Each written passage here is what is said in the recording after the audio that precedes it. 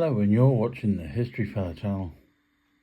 In this video we're looking at the Battle of Appomattox Courthouse.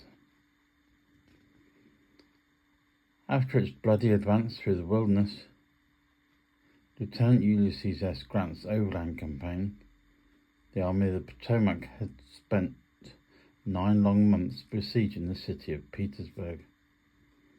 The well-supplied Union forces numbered over 125,000 men. As they sat out the siege in their entrenchments, stretching over 50 miles in length, which cut the city off from any hope of reinforcement. Inside the city, the remnants of the General Robert E. Lee's once glorious Army of Northern Virginia sat behind their defensive works, ill-equipped, ragged and starving.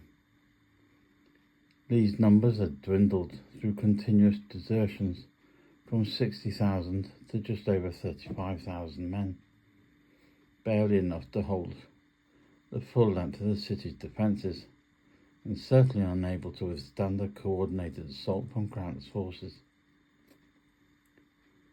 The 3 Union armies were now converging on Lee. Grant to his front, reinforced by Major General Philip Sheridan's Army of the Shenandoah, while coming up from the south marched the combined strength of Major Generals William T. Sherman and John M. Schofield. Lee well understood what this meant for his army, and for Richmond should all Union forces coalesce on his position. Petersburg would fall, to be quickly followed by Richmond itself, and thus seal the destruction of the Confederacy. Only the Army of the Tennessee, led by Lieutenant General Joseph Johnston in the hills of central North Carolina, would be left to carry on the fight. By February, Lee was already making plans to withdraw from their precarious position and make for the west. Grant, for his part, was acutely aware that the Confederates might well slip away, now that the winter Virginia roads were passable with the coming of the better weather. On April the 1st, the Confederate division was repulsed at Five Forks, just southwest of Petersburg, where a vital supply rail hub was located and potentially an avenue for a southern escape route. The following day, Grant ordered a general assault all along the southern front of the Petersburg line, achieving a breakthrough after fierce trench fighting and forcing Lee to abandon his positions and to send word to President Davis that this had just hours to escape via rail. As Grant's troops finally entered the city to the west of the Army of Northern Virginia, crossed the Appomattox River, heading in the direction of Lynchburg, where Lee hoped to pick up much-needed supplies at Appomattox Station. Union forces were already snapping at their heels as the Southerners fought a series of running battles. At Sailor's Creek, on April the 6th, a sudden attack by Sheridan's cavalry corps split the Confederate line and led to the capture of a quarter of Lee's remaining troops, as well as 8 generals, including Lee's own son Eustace. The delays caused by the fighting resulted in Lee failing to beat Sheridan in the race to the Appomattox Station, where Union cavalry captured and destroyed the intended rebel supplies and blocked the Confederates' path westwards. By April the 8th, 125,000 Union troops were now encircling Lee's position, cutting off any hope of escape.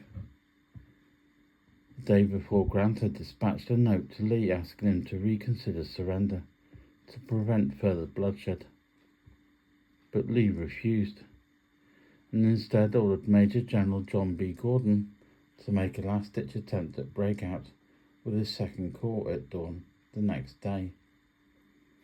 An initial breakthrough of the first line of the Union cavalry led Gordon's forces to crest a ridge, where they viewed the dreadful sight of the entire Army of the James in order of battle ready to block them. A forlorn General Lee remarked to his staff officers, There was nothing left for me to do but to go and see General Grant. I'd rather die 1,000 deaths. He would sign a surrender at the McLean house at 1 p.m. that afternoon. Grant offered generous terms to the defeated Confederates. Lee's army was to be paroled, officers were to keep their sidearms, and enlisted men could retain their horses and mules in order to travel home and participate in spring planting of their crops. Grant also ordered Union Army rations to be delivered to Lee's starving men. On April 10th, Lee gave a farewell address to his troops, who then marched off towards Union lines to stack their arms and be paroled.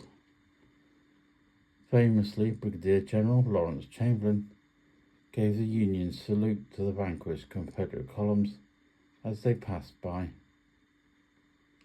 4 years of bloody civil war were now at an end. Thank you very much for watching and listening to this Civil War series. I hope you've enjoyed it. If you've enjoyed the series or this video, please feel free to give it a thumbs up, and please consider subscribing to the channel, where there will be a lot more history coming up. Thank you very much for watching and listening.